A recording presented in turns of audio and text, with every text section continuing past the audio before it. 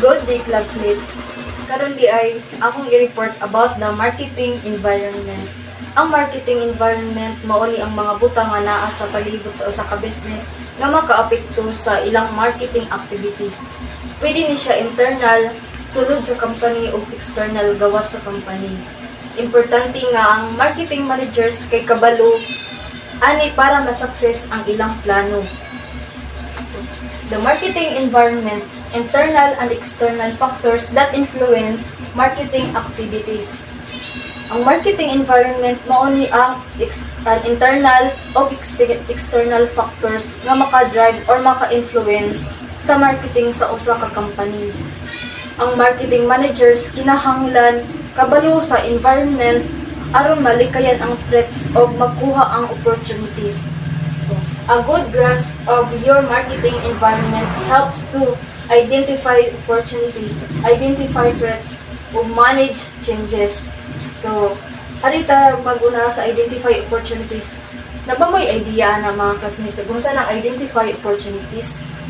So, ang identify opportunities helps notice and take advantage of opportunities. So, kung makasabot ka sa marketing environment, makakita ka og new opportunities before mawala. Example, kung ang mga tao mas ganahan og online buying kaysa in-store, dapat i-focus nimo ang resources sa online marketing. So, mao na example sa identify opportunities. Identify threats alerts you to potential threats. So, ang identify threats kay ang pag-study sa marketing environment nga makatabang nga makita ang mga threats nga makadaot sa imong marketing. Example, kung ang competitor nag-improve sa ilang product, kinahanglan mag-re-strategize para dili mawala ang market share. So, manage changes. Helps manage changes and maintain growth. So, ang manage changes, ang marketing environment kanunay mag-usab or dynamic economy. Ang mga managers dapat kabalo unsaon pag-manage ani nga changes para magpadayon ang growth. Example, dapat makamao sila mo forecast og magplano timely campaigns based sa environment. So mao na ang manage changes. So mao na to. Thank you. Mabuhay! Good day everyone. I am Nemia Pinali Soto and I'm here to report my part in business marketing for Group 3, which is the internal marketing environment. So start. The internal marketing environment refers to all the factors inside a company that affect its marketing activities. Unlike the external factors, these are the elements that a company can control directly and manage. So it includes the organization's strengths, weaknesses, resources, and policies that influence how marketing is planned and carried out. So naani sila upat ka factor. First is the people and teams, product or service quality, capital assets and budgets, and company policies. So sa people and teams, kay mao ni silang employees, managers, and many more. Their skills, motivations, and cooperation directly impact to results. So, ang example na ni kay a well-trained sales team can increase product sales by convincing customers more effectively. So, dali ra sila no, makakuan sila dayon, maka-manage sila dayon sa sud sa usa ka company, maka-decision na sila dayon nga i-increase ang sales. Next is ang product or service quality.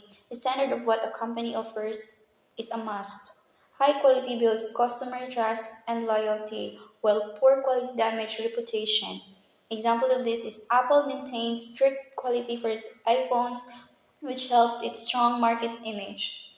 So dapat jud no nga high quality ang inyong i-provide ng mga products kay if ever gani kanang damage ang inyong product, so kinsa pa may ganahan nga magbalik-balik o anha sa inyong company, kinsa pa ganahan nga mo avail sa inyong service if damage ang ilahang makuha.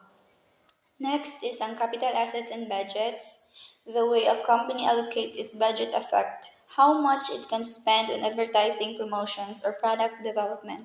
The example of this is a small bakery may have a limited budget and rely on social media ads instead of expensive TV commercials. So kung magplano gani ka nga mag-promotion ka in order to para mapalago imong business, ayaw na pag-adto sa kanang beyond your budget kay if ever gani may ana dakoy possibility nga ang imuhang business kay mo stop due to the financial lack of financial support kay magpakuan-kuan ka nga ang imuhang advertise or ang imuhang promotion nga ikuan kay kanang mas kuan pa dili ra gihapon magsilbi. Next is ang company policies.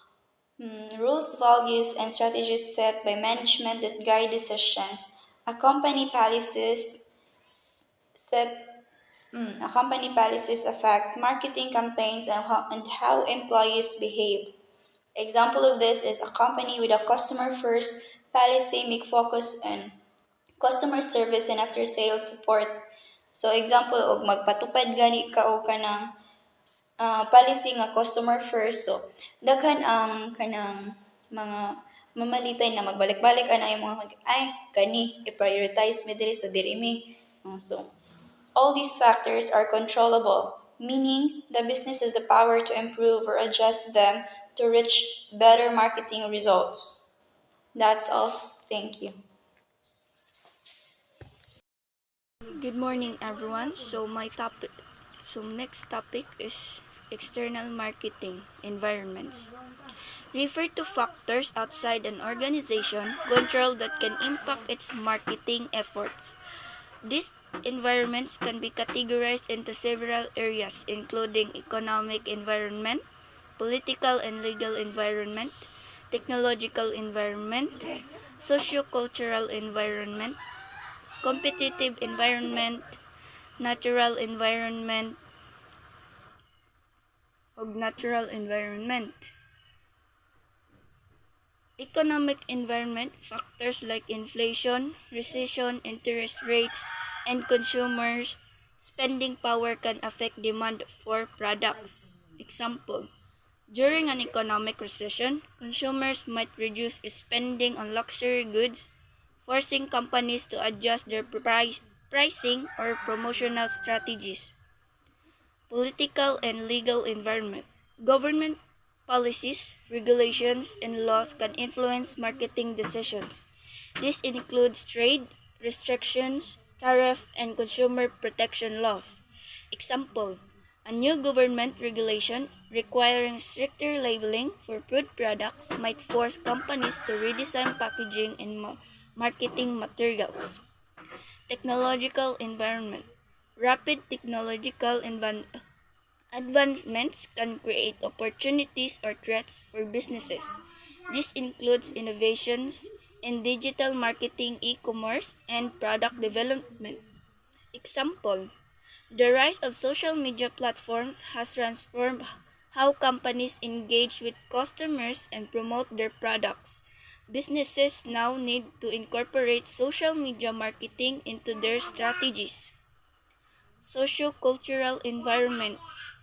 Cultural norms, values, and demographics can shape consumer behavior and preferences.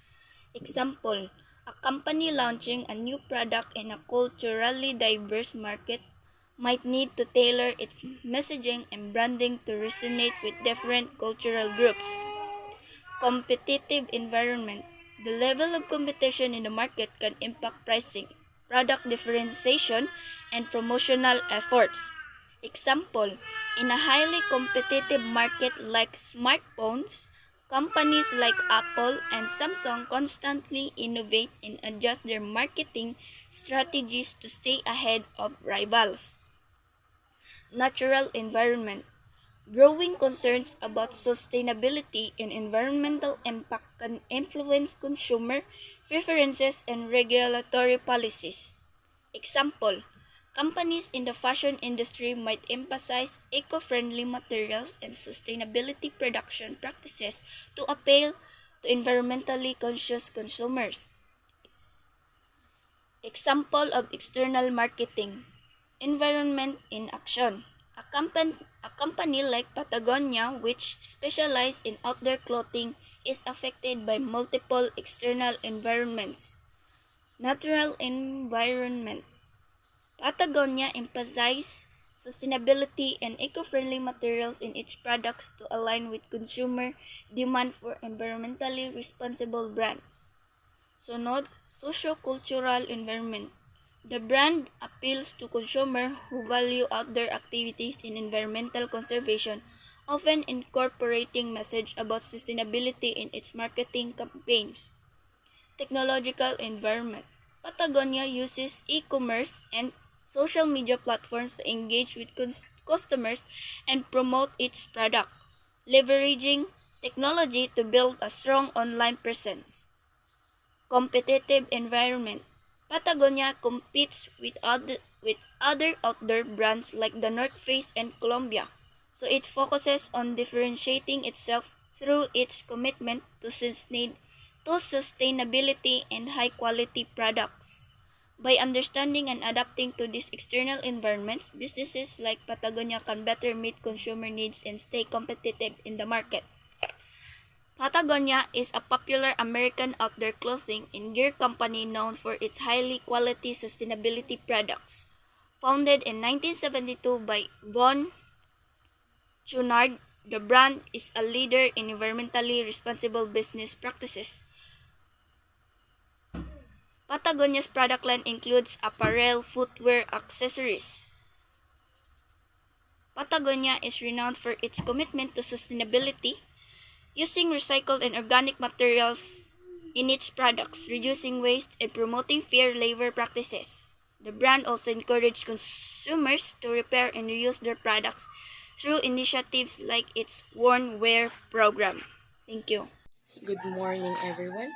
Today we're going to talk about microenvironment. So, what is microenvironment in marketing? It refers to the close surroundings of a business that directly affect how it operates and sell its products. So basically, from the word micro, gamay ni siya. Pasabot aning microenvironment, mao gid ni ang direct operate sa usa ka negosyo nga nakaapekto sa ilang pagtrabaho ug sa ilang pag-sell sa ilang products.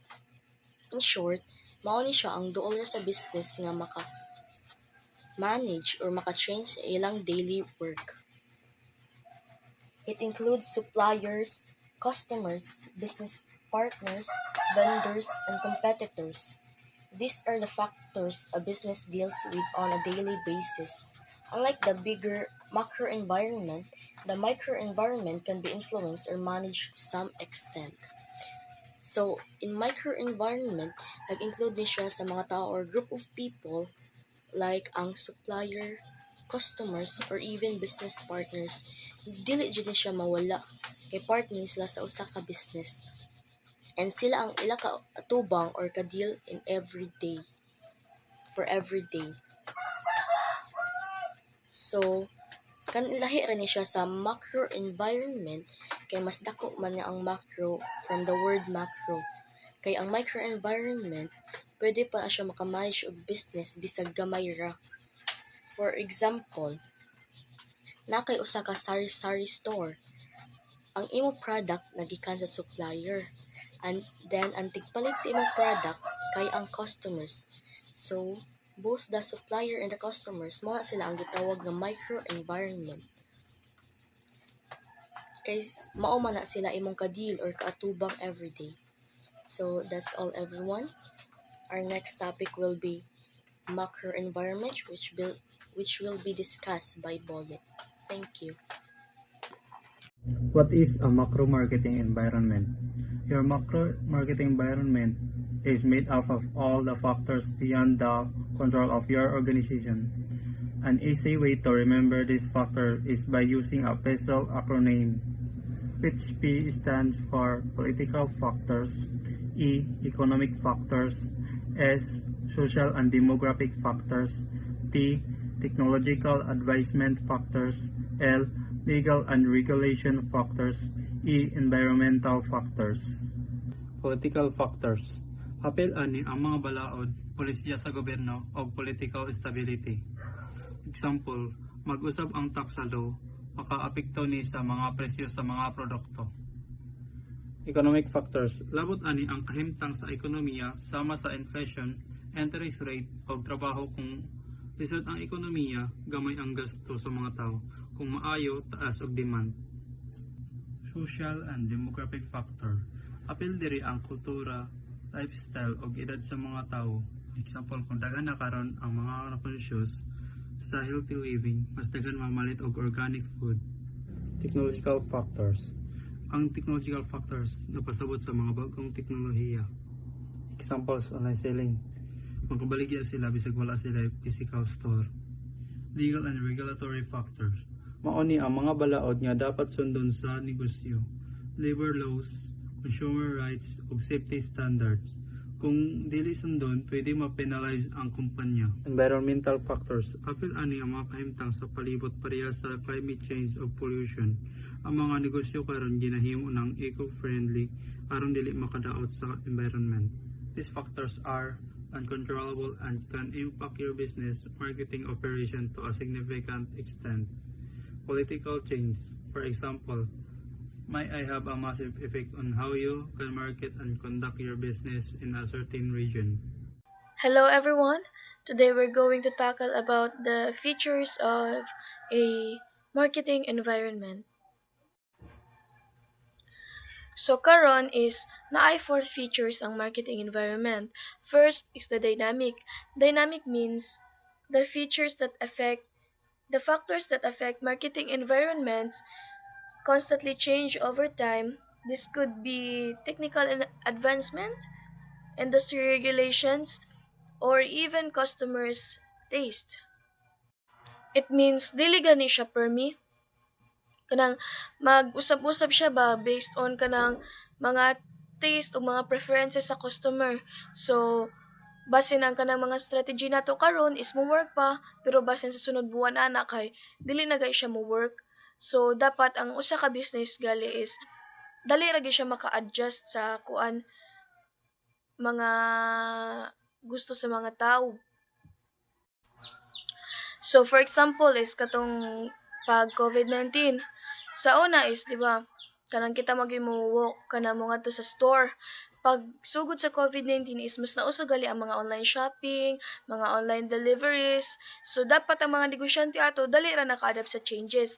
Kay kung wala man kay sila naka-adapt basin nag-declare na sila bankruptcy karon kay kanang mas nauso naman ang mga online shopping, so maapektuhan gid ilang business. Another features of marketing environment is relative. It means marketing environment are relative and unique to each organization. A specific product from your company may sell quicker in the US than the Europe because of distinction in the marketing environment. It means na ang marketing environment is lahi-lahi siyang effect depending sa place, sa culture, or sa situation. What works in the US may not work in Europe. So, lahi-lahi gid siya. For example, is Jollibee. So, di ba, ang Jollibee is ara mag-branch ato sa Amerika or diri sa Pilipinas.